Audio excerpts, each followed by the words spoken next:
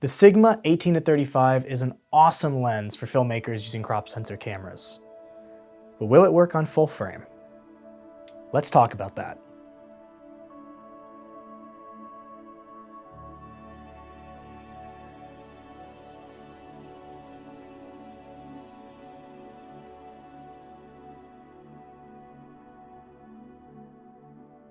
All right, let's talk about what makes the Sigma 18-35 such a special lens for filmmakers. And so right off the bat, let's talk about aperture. So it's a 1.8 constant aperture throughout the entire focal range. So from 18 millimeters to 35 millimeters, you're gonna have that 1.8 aperture, that shallow depth of field, that cinematic look that people are looking for, so which is really nice. And then also with a 1.8 aperture, you're gonna have better low light.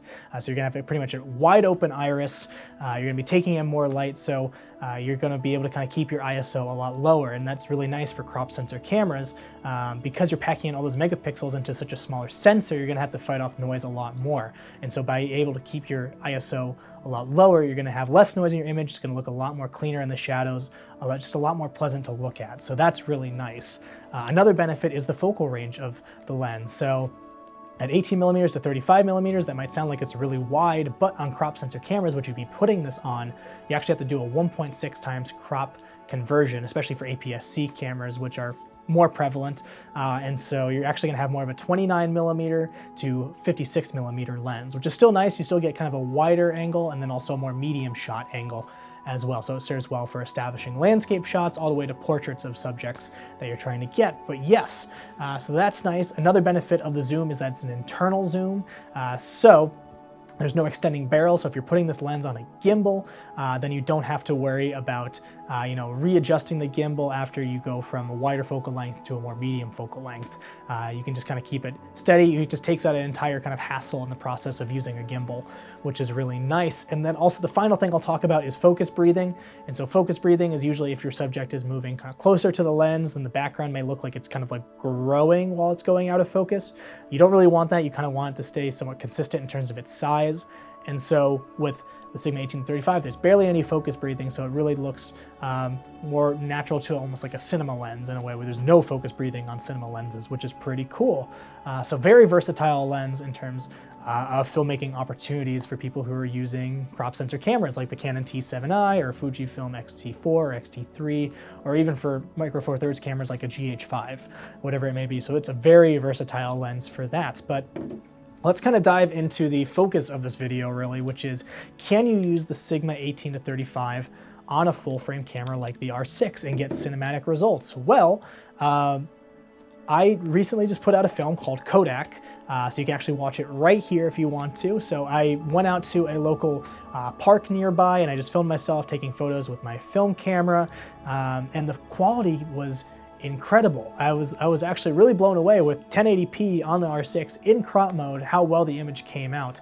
And so I right away actually thought, wow, actually this might be a lens I can use more often, but it did beg the question of how far can I push the image in crop mode on the R6 with the 18-35? And so that's what I did. I did some tests in which I tested dynamic range, and then I also tested low light / noise indoors. And so that was kind of the main focus I wanted to do. And so I have some comparisons to show you here right now. So let's talk about dynamic range first. And so dynamic range, of course, being the coverage of detail from the highlights to the shadows. And so I shot all this footage in this video on C-Log3, so the maximum amount of dynamic range that the R6 shoots on. So that's about 12 to 13 stops of dynamic range. So yes, so I did that. And so first let's actually do a little test of dynamic range outside, so when I was out of the park. And so I have this first shot right here. This was shot on the Sigma 24-70, so a full frame lens on the Canon R6 in C-Log3.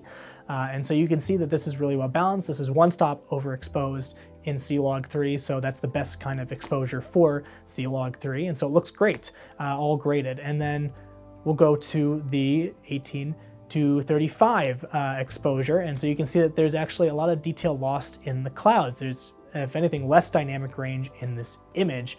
If I had to say, it's probably around a half stop, maybe a full stop in terms of dynamic range loss. So not terrible, but there definitely is a loss of dynamic range in crop mode on the 18-35. And both these were shot with the same settings. I did use an ND filter on this, so maybe there was a difference in ND, but both were a stop overexposed in the image. So I tried to do it to the best of my ability to match them up outside. Inside, though, I did a test with a little more contrasty of a situation with me sitting on this couch here, and this is shot on the 24-70, so full frame again. And you can see that there is still some detail outside in the highlights. There's a lot of stuff that is blown out, but there is a lot more detail in the highlights outside full frame. But if we go to the 18-35, you can definitely see that that highlight detail is now gone.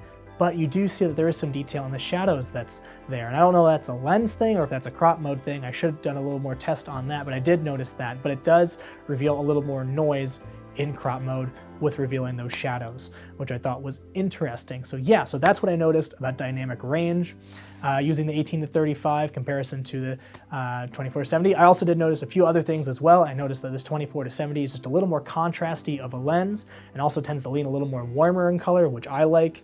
But the Sigma 18-35 tends to lean a little more blue in color, a little cooler in color. So I think it all comes down to preference. I still think it's fine. You can always adjust your color temperature as well in camera if you wanted to fix that. But yeah, so let's move on to low light.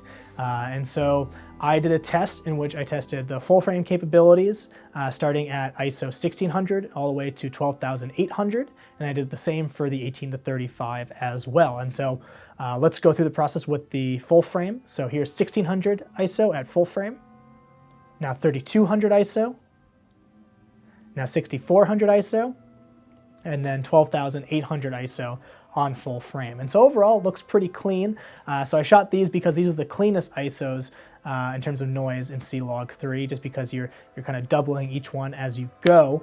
So I did that, and so yeah, it looks pretty well. I think the maximum you want to go to is 12,800. I think that's when it starts to maybe become not as usable. I think you could still clean up the noise in post.